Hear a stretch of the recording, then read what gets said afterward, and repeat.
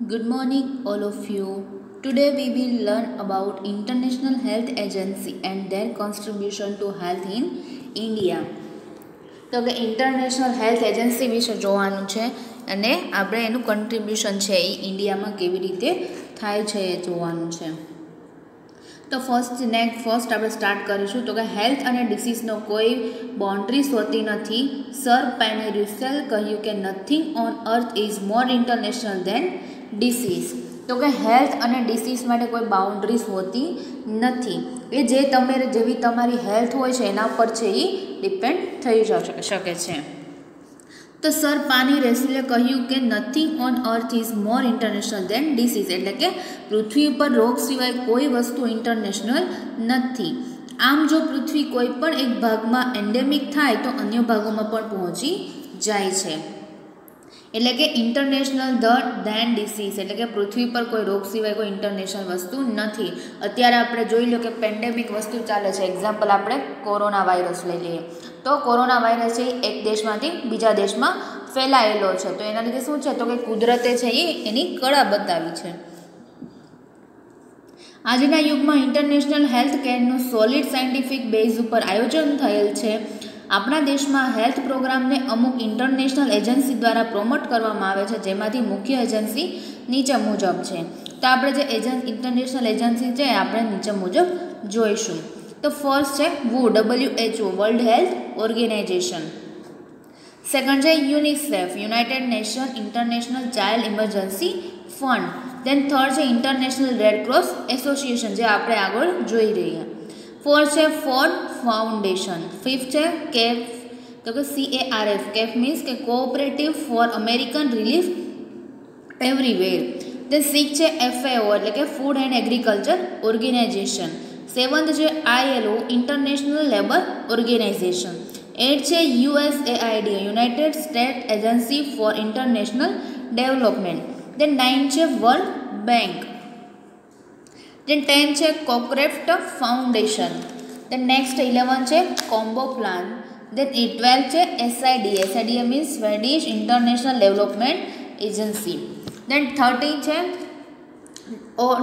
Danish international development. Then 14 છે UNESCO united national education scientific culture organization. તો આ બધી છે ઇન્ટરનેશનલ એજન્સીઝ. એમાંથી આપણે WHO નામની એજન્સી છે એ ડીપમાં જોઈશું. એમ મોસ્ટ IMP છે WHO the world health organization. તો WHO એ યુનાઇટેડ નેશનની સ્પેશિયલાઇઝ્ડ નોન પોલિટિકલ ઇન્ટર્સ હેલ્થ એજન્સી છે. તેનું બંધારણ કોન્સ્ટિટ્યુશન 7 એપ્રિલ 1948ના રોજની અમલમાં આવ્યું. તો WHO વર્લ્ડ હેલ્થ ઓર્ગેનાઇઝેશન છે શું છે United nation specialise non political એટલે કે કોઈપણ પ્રકારના પોલિટિકલ્સ છે એ WHO સાથે જોડાયેલા હોતા નથી, એટલા માટે એને નોન પોલિટિકલ કહેવામાં આવે છે. જે 7 એપ્રિલ 1948ના રોજથી અમલમાં આવ્યું હતું. તેન એટલે કે તેનો બર્થ થયો આ દિવસનો વર્લ્ડ હેલ્થ ડે કહેવામાં આવે છે. 7 એપ્રિલ છે એ વર્લ્ડ હેલ્થ ઓર્ગેનાઇઝેશન ડે તરીકે સેલિબ્રેટ કરવામાં આવે છે. અને એનું ક્વાર્ટર છે જીનીવામાં આપેલું છે.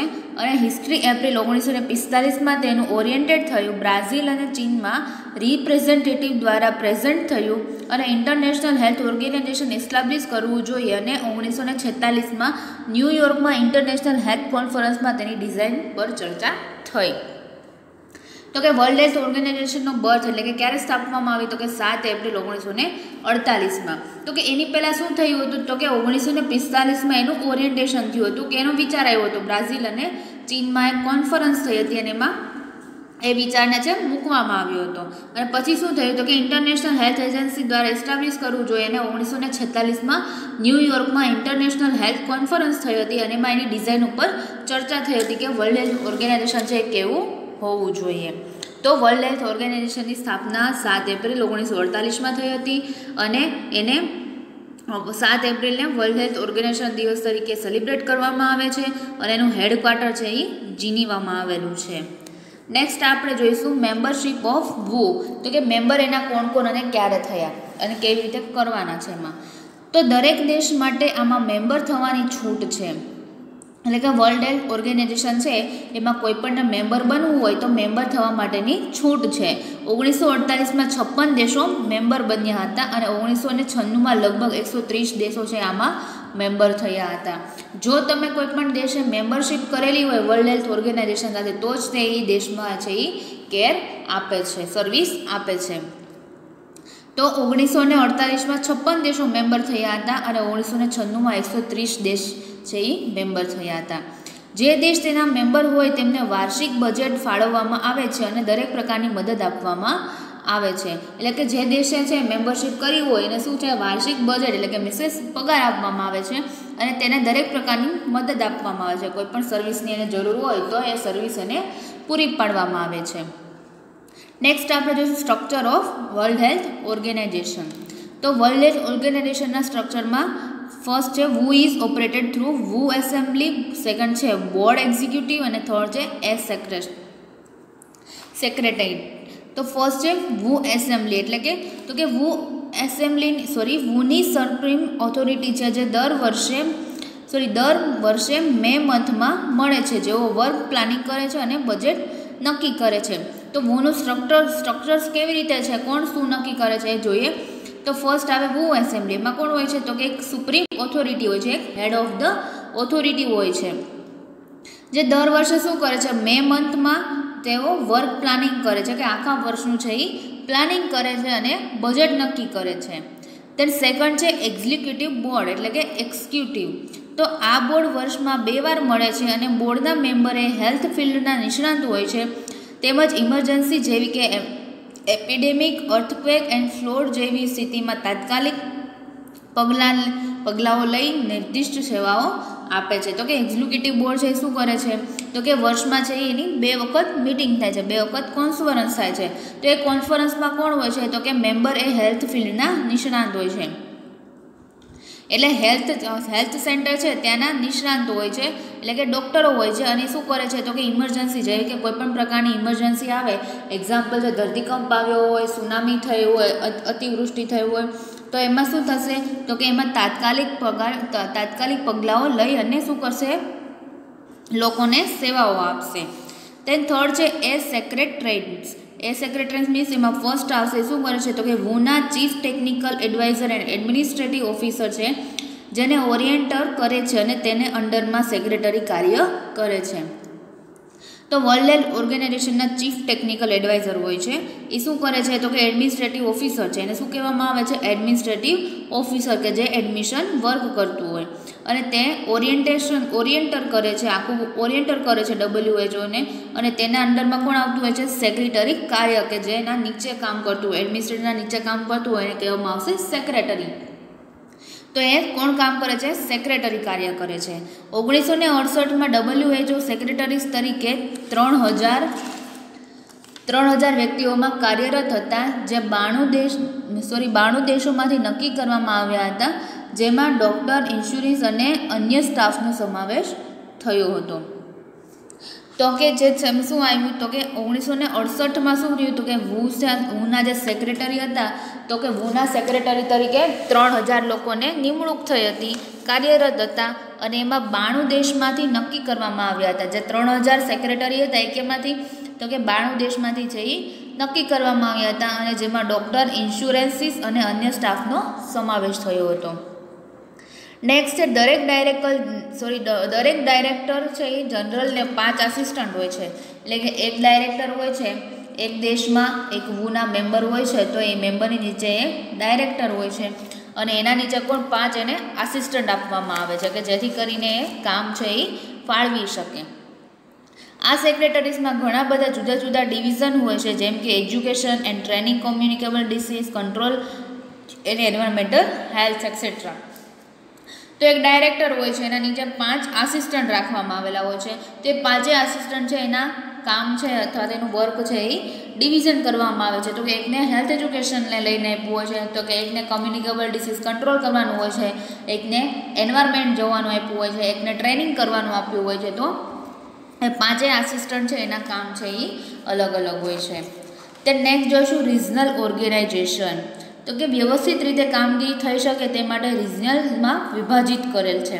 તો કે અલગ અલગ દેશમાં છે એના સેન્ટર આવેલા છે. તો ફર્સ્ટ છે સાઉથ ઈસ્ટ એશિયામાં, આફ્રિકામાં, ધેન થર્ડ છે the America, fourth Europe, fifth east Mediterranean અને સિક્સ્થ છે વેસ્ટર્ન પેસિફિક. તો આ છે એના રિજનલ છે કે ત્યાં છે અલગ અલગ કામગીરી થઈ શકે તો એના ઉપર સેન્ટર બનાવેલા છે. નેક્સ્ટ જોઈશું ફંક્શન ઓફ WHO કે વર્લ્ડ હેલ્થ ઓર્ગેનાઇઝેશન છે એના ફંક્શન શું છે. તો વર્લ્ડ હેલ્થ ઓર્ગેનાઇઝેશનના ફંક્શનમાં ફર્સ્ટ જોવા જઈએ તો કે વર્લ્ડમાં ચાલતા જુદા જુદા હેલ્થ પ્રોગ્રામને યોગ્ય માર્ગદર્શન અને સંકળાયેલા રાખે છે.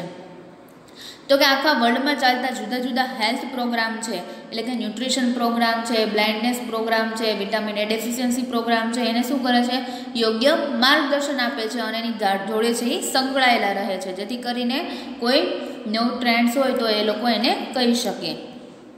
દેન સેકન્ડ ફંક્શન છે દરેક દેશમાં ડિસીઝ કંટ્રોલ કરવા માટે હેલ્થ સર્વિસને મજબૂત બનાવવા પોતાના એક્સપર્ટ અને ડેમોન્સ્ટ્રેશન ટીમ મોકલે છે. એટલે કે દરેક દેશ છે એમાં ડિસીઝને કંટ્રોલ કરવા માટે શું કરે છે હેલ્થ સર્વિસ પૂરી પાડે છે અને એને મજબૂત કરવા માટે શું કરે છે તો કે પોતાના એક્સપર્ટ અને ડેમોન્સ્ટ્રેશન ટીમ આખી મોકલે છે કે જેથી કરીને જે છે એ જ્યાં હેલ્થ સેન્ટર આવેલું છે એ લોકોને ન્યૂ ટ્રેન્ડ કહી શકે. એના લીધે જો એ ટ્રીટમેન્ટ આપશે તો એના લીધે શું થશે તો કે ડિસીઝ છે એ કંટ્રોલમાં આવશે. એટલે કે જે WHO છે એ ન્યૂ ટ્રેન્ડ્સ અથવા તો કોઈ પણ પ્રકારની ન્યૂ ટ્રેનિંગ હોય છે એ શું કરે છે પોતાની ટીમ આવે છે અને એને ટીચ કરે છે તો ટ્રેનિંગ આપે છે.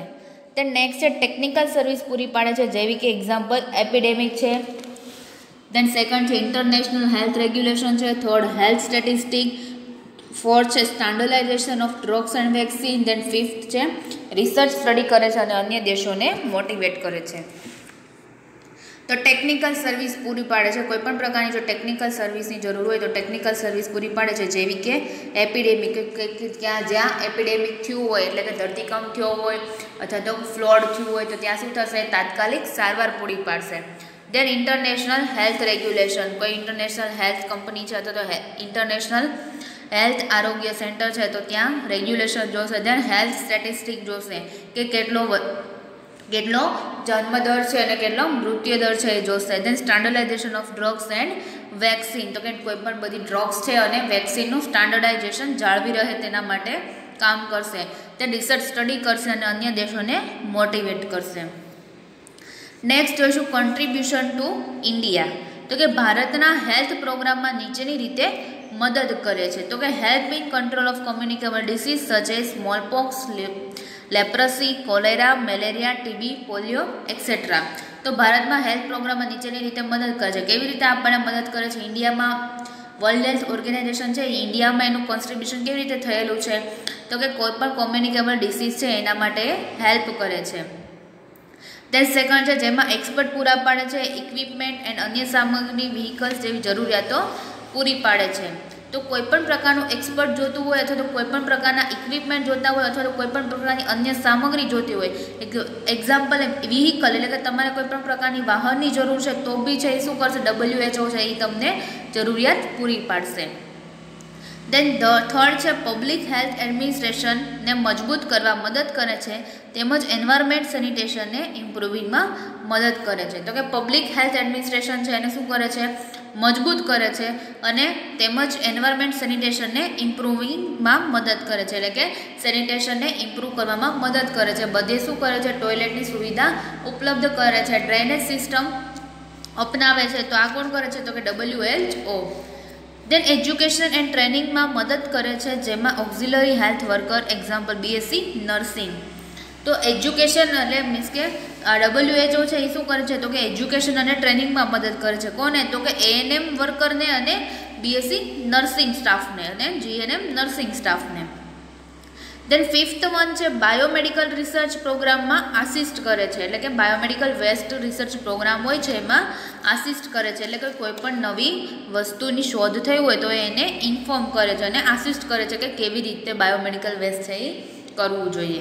દેન ફેમિલી પ્લાનિંગ મેડિકલમાં રિસર્ચમાં મદદ કરે છે એટલે કે ફેમિલી પ્લાનિંગ મેથડમાં છે એ હેલ્પફુલ છે અને રિસર્ચમાં મદદ કરે છે. કોઈ પણ નવી વસ્તુ રિસર્ચ કરી છે સર્ચ કરી છે તો એને લઈને ટ્રેનિંગ આપે છે અને એને મદદ કરે છે.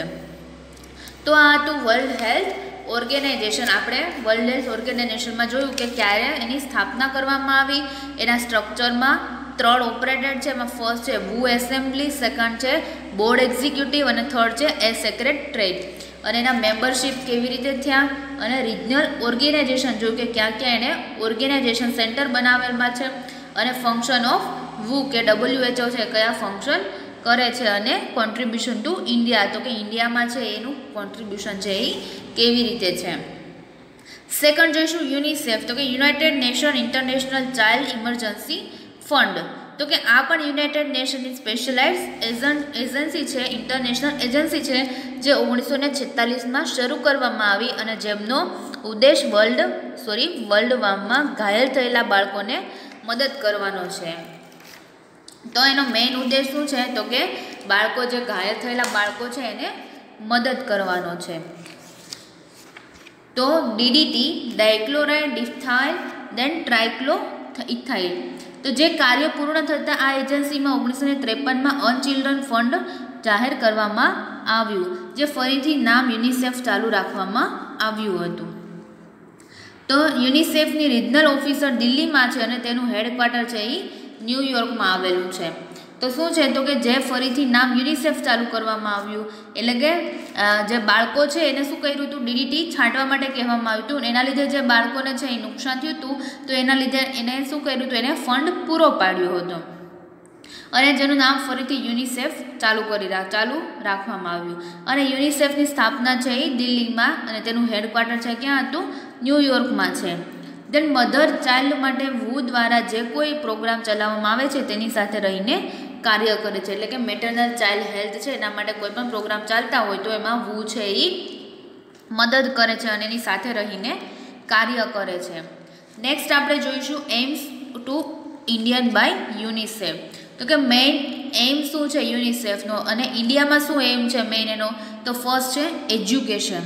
તો કે એજ્યુકેશનલ ઇન્સ્ટિટ્યૂટને ફોર્મલ અને નોન ફોર્મલ એજ્યુકેશન પૂરું પાડવા માટે science laboratory, workshop, tools, library books and audio visual aid પૂરા પાડે છે. તો કે ચિલ્ડ્રનનું એટલે કે બાળકોનું એજ્યુકેશન વધારવા માટે એજ્યુકેશનલ ઇન્સ્ટિટ્યૂટ ખોલે છે અને ઇન્સ્ટિટ્યૂટમાં શું કરે છે ફોર્મલ અને નોન ફોર્મલ એજ્યુકેશન આપવામાં આવે છે અને સાયન્સ લેબોરેટરી અવેલેબલ કરે છે, વર્કશોપ કરે છે, ટૂલ્સ બનાવે છે, લાઇબ્રેરી બુક્સ બનાવે છે અને ઓડિયો વિઝ્યુઅલ એવિએટ્સ પૂરા પાડે કે જેથી કરીને છે બાળકોનું એજ્યુકેશન છે એ ઇમ્પ્રૂવ થઈ શકે. સેકન્ડ છે હેલ્થ. તો કે મેડિકલ એજ્યુકેશન અને ટ્રેનિંગ ફિલ્ડમાં મદદ કરે છે અને PHC ઉપર ડ્રગ્સ, ઇક્વિપમેન્ટ, વ્હીકલ્સ જેવી વસ્તુઓ પ્રોવાઈડ કરે છે. તો કે હેલ્થમાં શું હેલ્પ કરે છે તો કે મેડિકલ એજ્યુકેશન અને ટ્રેનિંગ આપે છે અને PHC સેન્ટર ઉપર શું કરે છે તો કે ડ્રગ્સ પૂરી પાડે છે, કોઈપણ ઇક્વિટેબલની જરૂર હોય તો એ પૂરી પાડે છે, વ્હીકલ્સની જરૂર હોય તો એને પ્રોવાઈડ કરે છે. દેન પૂનામાં થયેલા પેન્સિલિન પ્લાન્ટ અને DDT પ્લાન્ટના બલ્ડીરસ બનાવવામાં મદદ કરે છે. એટલે કે પુણેમાં જે DDT બનાવે છે એમાં શું કરે છે હેલ્પફુલ કરે છે. દેન ફ્રીઝ ડિરાઇવ્ડ વેક્સિન અને ટ્રાઇબ્સ વેક્સિનના મેન્યુફેક્ચરિંગ પ્લાન ઊભી કરવામાં મદદ કરે છે એટલે કે વેક્સિન બનાવવામાં હેલ્પફુલ છે. આ ઉપરાંત વેક્સિન પ્રિઝર્વેશન માટે જુદા જુદા રેફ્રિજરેટર પૂરા પાડે છે. એટલે કે જે વેક્સિન છે એને સ્ટોર કરવામાં આવે છે તો એ વેક્સિનને સ્ટોર કરવા માટે અલગ અલગ રેફ્રિજરેટર છે એ પૂરા પાડે છે. તેમજ વુની સાથે મળીને paediatric department, obstetric department and community હેલ્થને અપગ્રેડ કરવા મેડિકલ કોલેજ અને ટીચિંગ હોસ્પિટલમાં મદદ પૂરી પાડે છે. તો WHO છે એ શું કરે છે તો કે પીડિયાટ્રિક ડિપાર્ટમેન્ટ છે, ઓબ્સ્ટેટ્રિક ડિપાર્ટમેન્ટ છે, કમ્યુનિટી હેલ્થ ડિપાર્ટમેન્ટ છે એને અપગ્રેડ કરવા શું કરશે તો કે કોલેજમાં મેડિકલ કોલેજ છે અથવા તો કોઈ પ્રાઇવેટ ટીચિંગ કોલેજ છે એને શું કરશે મદદ કરશે અને એના થ્રુ છે એ શું કરાવશે તો કે કોઈ ઓબ્સ્ટેટ્રિક પ્રોબ્લેમ છે, પીડિયાટ્રિક ડિપાર્ટમેન્ટ છે, ઓબ્સ્ટેટ્રિક ડિપાર્ટમેન્ટ છે, કમ્યુનિટી ડિપાર્ટમેન્ટમાં છે એ શું કરી શકશે એને હેલ્પ કરી શકશે. નેક્સ્ટ છે યુનિસેફ નર્સને ટ્રેનિંગ આપવામાં આવે છે અને ઓક્ઝિલરી હેલ્થ પર્સનને હેલ્પ કરે છે.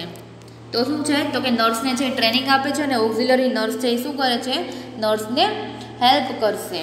દેન નેક્સ્ટ આપણે છે ન્યુટ્રિશન. એનો મેઇન એમ શું છે ન્યુટ્રિશનનો તો કે ઇન્ફન્ટ માટે મિલ્ક પાવડર મોકલાવે છે તેમજ ભારતમાં ઘણા બધા ડેઇલી પ્લાન્ટમાં સાધનો મોકલે છે આના કાર્યોમાં ફૂડ અને એગ્રીકલ્ચર ઓર્ગેનાઇઝેશન સાથે મળીને ભારતમાં એપ્લાઇડ ન્યુટ્રિશન પ્રોગ્રામની શરૂઆત કરી અને 1986 બ્લોક્સમાં કાર્ય કરે છે. તો ઇન્ફન્ટ માટે મિલ્ક પાવડર મોકલે છે, જેથી કરીને પેશન્ટમાં ઇન્ફન્ટમાં જે શું થાય, પ્રોટીનનું લેવલ વધી રહે અને બાળક છે કેવું રહે, હેલ્ધી રહે અને માલન્યુટ્રિશનનું પ્રમાણ ઓછું થાય. એના માટે છે એ ઇન્ફન્ટને મિલ્ક પાવડર મોકલાવવામાં આવે છે. તેમજ ભારતમાં ઘણા બધા ડેરી પ્લાન્ટ છે, એટલે કે ડેરી પ્લાન્ટના સાધનો મોકલે છે, એટલે કે ડેરીમાં છે એ સાધનો પૂરા પાડે છે. આના કાર્યમાં ફૂડ અને એગ્રીકલ્ચર ઓર્ગેનાઇઝેશન સાથે મળીને ભારતમાં એપ્લાઇડ ન્યુટ્રિશન પ્રોગ્રામની શરૂઆત કરી અને જે 1986 બ્લોકમાં કાર્ય કરે છે, એટલે કે 1986 બ્લોકમાં એ શું કરે છે, કાર્યો કરે છે. કે 1986 છે એ મિલ્ક ડેરી પ્લાન્ટમાં સાધનો મોકલાવે છે.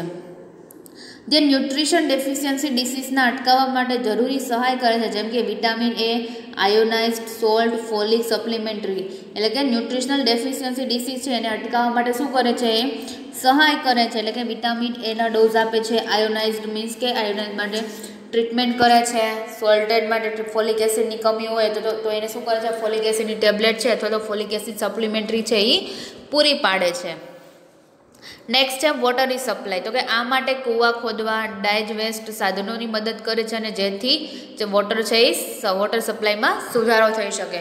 તો વોટર સપ્લાયમાં શું કરે છે, કૂવા ખોદાવે છે અને એના માટે જે કોઈ પણ સાધનોની જરૂર હોય તો એની સાધનો પહોંચાડે છે અને જેનાથી શું થાય છે, વોટર સપ્લાયમાં સુધારો થઈ શકે છે. નેક્સ્ટ છે સોશિયલ વેલફેર. તો કે રૂરલ એરિયામાં ફેમિલી પ્લાનિંગ સેવાઓ મજબૂત કરવા ચોથી પંચમીય યોજનાના સમયથી સતત ફંડ પૂરું પાડવામાં આવે છે અને ભારતમાં આવેલ મલ્ટીપર્પઝ ટ્રેનિંગ સ્કૂલ જેવા કે જે કુલ 334 છે અને તેમાંથી યુનિસેફ દ્વારા 248 સ્કૂલમાં વેલ ઇક્વિપ્ડ કરાય છે. તો સોશિયલ વેલફેર એટલે શું, તો કે રૂરલ એરિયામાં જે ફેમિલી પ્લાનિંગની સેવાઓ મજબૂત કરવાની ચોથી પંચવર્ષીય યોજનાના સમયથી સતત ફંડ પૂરું પાડવામાં આવે છે. એટલે કે રૂરલ એરિયા છે તો એમાં શું થશે, ફેમિલી પ્લાનિંગની સેવાઓ આપવાની છે, કે ફેમિલી પ્લાનિંગ કેવી રીતે કરવું અને એના માટે છે એક કોન્ટ્રાસેપ્શન આપવાના છે. અને એના માટે જે કોન્ટ્રાસેપ્શન માટેનો જે ફંડ છે એ કોણ પૂરું પાડે છે, તો કે WHO. અને ભારતમાં આવેલા મલ્ટીપર્પઝ ટ્રેનિંગ સ્કૂલના કુલ 334 છે. તો કે ફેમિલી પ્લાનિંગ લઈને જે સ્કૂલ ચાલે છે, સ્કૂલ કેટલી છે, તો કે 334. તેમાંથી યુનિસેફ દ્વારા 248 સ્કૂલનો વેલ ઇક્વિપ્ડ કરાય છે. એટલે કે 248 સ્કૂલ એવી છે યુનિસેફની કે જેમાં છે એ કોઈ ઇક્વિપમેન્ટની જરૂર હોય તો એ એને પૂરી પાડે છે.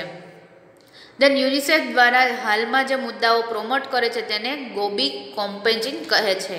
ગોબી કોમ્પેન્જિંગ, જી મીન્સ કે ગ્રોથ મોનિટરિંગ કરવાનું છે બાળકનું. ઓ મીન્સ તો કે oral rehydration to treat mild and moderate dehydration.